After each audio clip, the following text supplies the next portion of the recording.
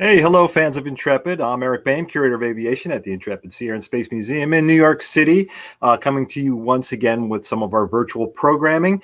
Thank you for joining me. And if you have any questions, you can put them in the chat. If I don't get to them today, I'll surely answer those and put them on when this shows up on our YouTube channel, and you can check out the answers there. I'm going to try to be a little quick today. We got some thunder boomers in the area out there, some weather coming in, and we're prone to, where I live, lose power.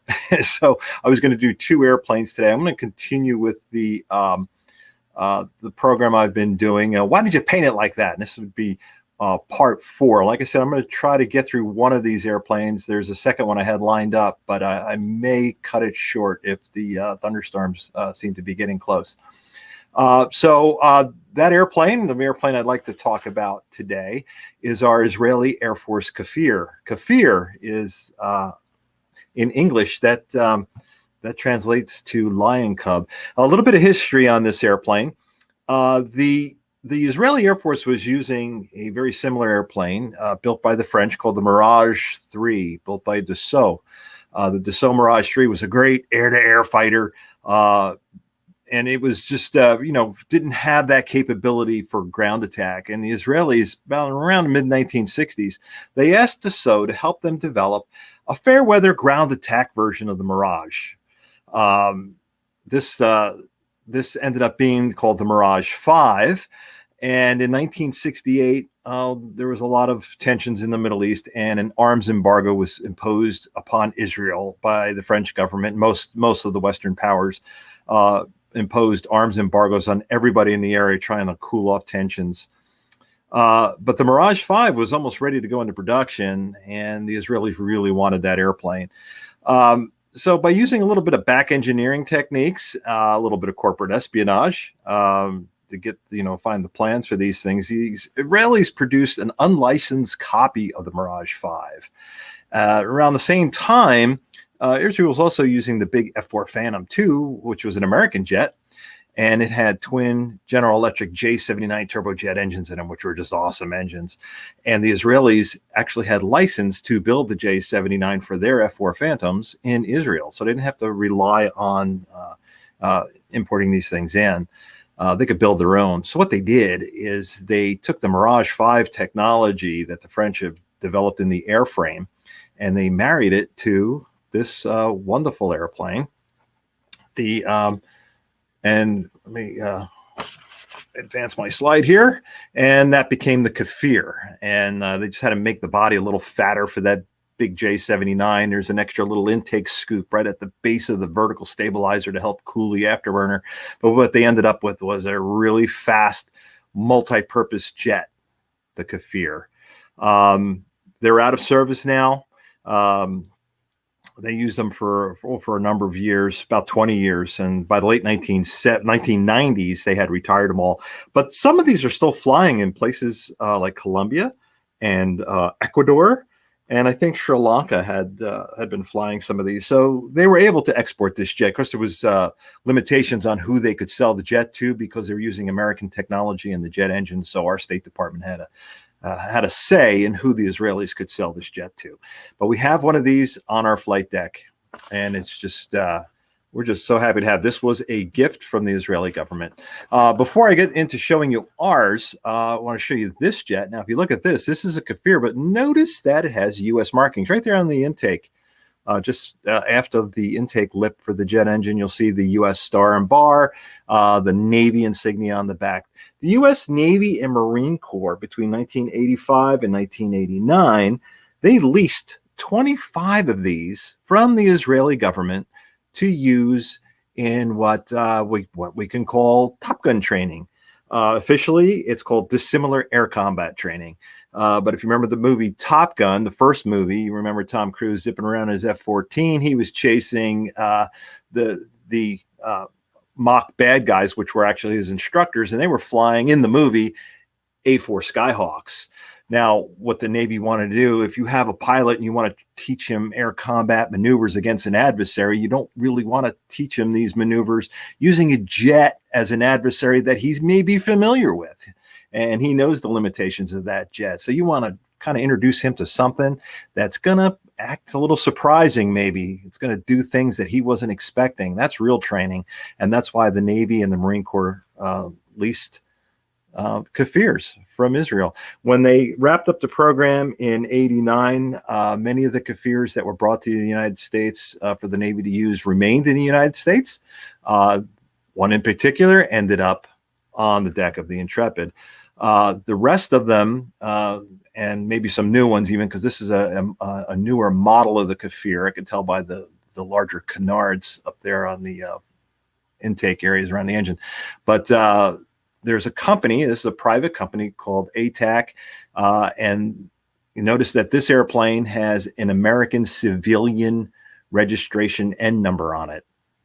N407AX. So pretty cool. This is a private company. The Navy no longer maintains their own fleet of Kafirs, but they have a private company that owns these jets now, and they actually are rented by the Navy to come and fly with them and teach them air combat maneuvers. So the training is still going on with Kafirs. Navy pilots in Top Gun school will still face Kafirs in mock combat. And but they're being flown by probably former Air Force and Navy pilots, but civilian pilots with this civilian company. Pretty interesting concept. Here's a shot of our Kafir, and we want to talk about why we painted it like this. And this is the way it was delivered to us for the most part. We have since repainted it in exactly the same markings, but there's a lot going on here if you look at this. And if you look at the very top of or you look at the vertical stabilizer, you notice there's 3 squadron insignia there. The very top one, that yellow and red insignia, that's the Phoenix, it's called, and that is the squadron logo of the 144 Squadron of the Israeli Air Force, and that is the unit that this airplane was assigned to when it was active in the Israeli Air Force. The next one down, and I'll show you some close-ups of these in a moment, is VF-43. VF-43, that's Fighter Squadron 43 of the U.S. Navy, and VF-43 is the Top Gun Squadron. The next one at the bottom is VMFT 401, and you can also notice that VMFT is written on the side of the fuselage. And so for all those who know, all fixed-wing squadrons in the Navy begin with the letter V. That's a whole other story that we may go into in another program. M for Marines, F for fighter, T for trainer. VMFT 401 Squadron flew these with the Marine Corps in dissimilar aircraft training. And of course, they don't do that anymore either. They're flying against the leased jets. And what else do we have here? Okay, so some of the other markings, the U.S. Navy, when they took these on board, they called it the F-21. It's very faint there on the tail. It says F-21 from VF-43. Navy bureau numbers are assigned to foreign-built airplanes. If you look at an American-built plane at the Navy, the bureau numbers go sequentially. They have gone sequentially since World War II. And they're a 6-digit number. They're up into the 180s, 190s now as in the first 3 digits. But foreign-built airplanes start with the serial number 999. So 999-734 was the serial number on this airplane. And notice it's still carrying the Star of David up forward near the leading edge of the wing. The Star of David is the symbol for the Israeli Air Force. And IAI is the Israeli aircraft industry, the maker of this airplane, and their logo is back there on the camouflage as well. A little bit of advertising, I guess they painted on there before they sent it over to us. Here's a close-up of VF-43's insignia and VMFT 401's. A couple things in common here that kind of give it away that these are, the training squadrons. But look at that gauntlet. That gauntlet is gripping and crushing a jet with a big red star on it. So probably meant to symbolize a MiG. I've been trying to do some research, and there's a number 30 on that MiG, and I haven't figured out what that is. I'm sure somebody knows, and maybe anybody listening can fill me in on that, because I haven't tried very hard to find it, but I've been looking for the meaning of that number 30 on that crunched MiG in the gauntlet.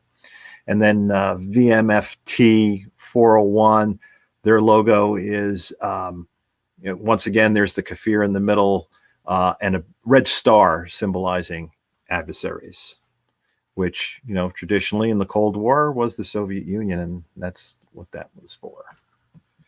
So here's the front view of our MiG. This is since our Kafir, since we've repainted it. Notice it all.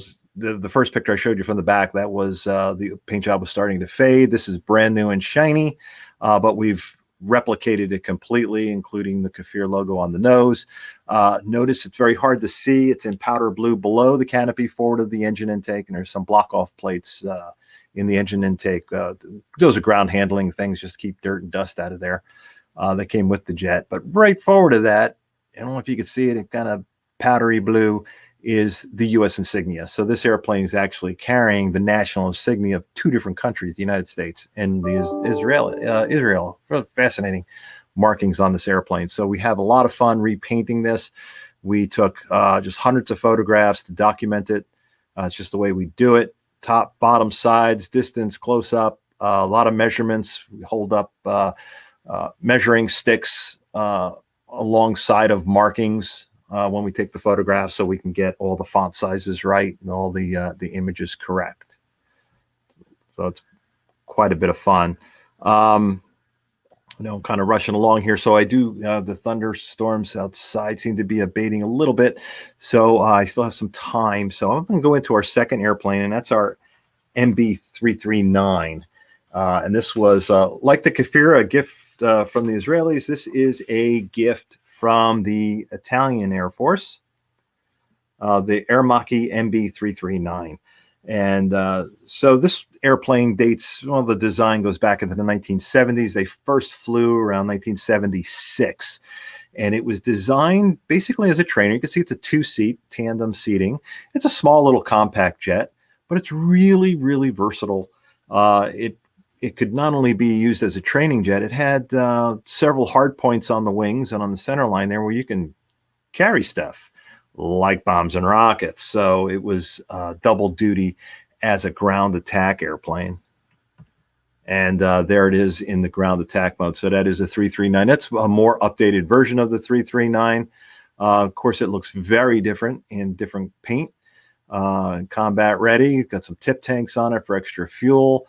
Notice the in-flight refueling probe coming off the side of the fuselage just forward of the cockpit there. So in-flight refueling capabilities were installed in this one. So a versatile little jet for sure.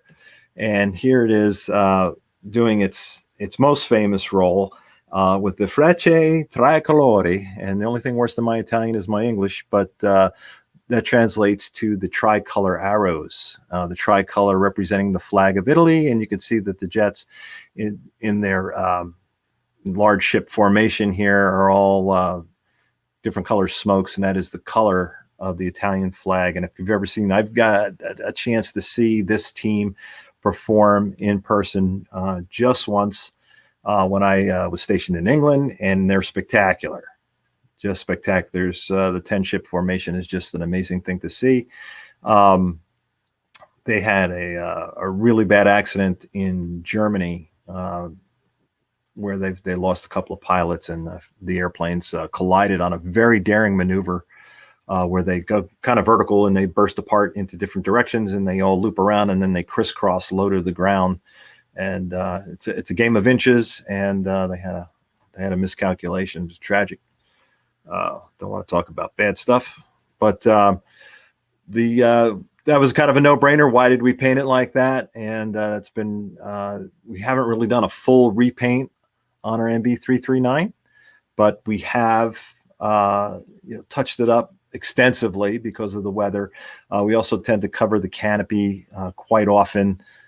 We don't want it to get crazed. You noticed in the Kafir, we've painted the canopy. We do that a lot on our projects now. It protects the interiors, and that the kind of paint we use can actually be peeled very simply and easily off the plastic. It's just a plastic protective paint, but it keeps the ultraviolet light out of the cockpit. And this airplane, the Aramaki, we tend to use this for high-level tours. If anybody comes out and they want the extra tour, maybe they get to they want a curator talk or something, and they get to come around with me, I can pop that open, especially with the young children. It's very low to the ground, and I could pop young children into that. That's usually something we do with our very special tours, high-end donors and things like that. And I can go through a whole list of celebrities that I helped sit in, including people like Gwen Stefani and Miss America, and well, I can go on and drop names, but I won't do that. So let's see if there's any, because we do have a little time.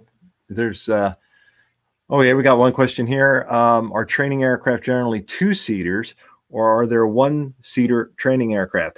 Good question. And that is really that's really a great question, because single seat trainers do exist, and it just depends on the level of training you need. If a pilot is fully trained, let's say, and he knows how to fly an airplane, classic example of that being a single seat trainer would be like our F-11F, the Tiger, and I did some programming on that a couple of weeks ago, the one that's painted up like the Blue Angel.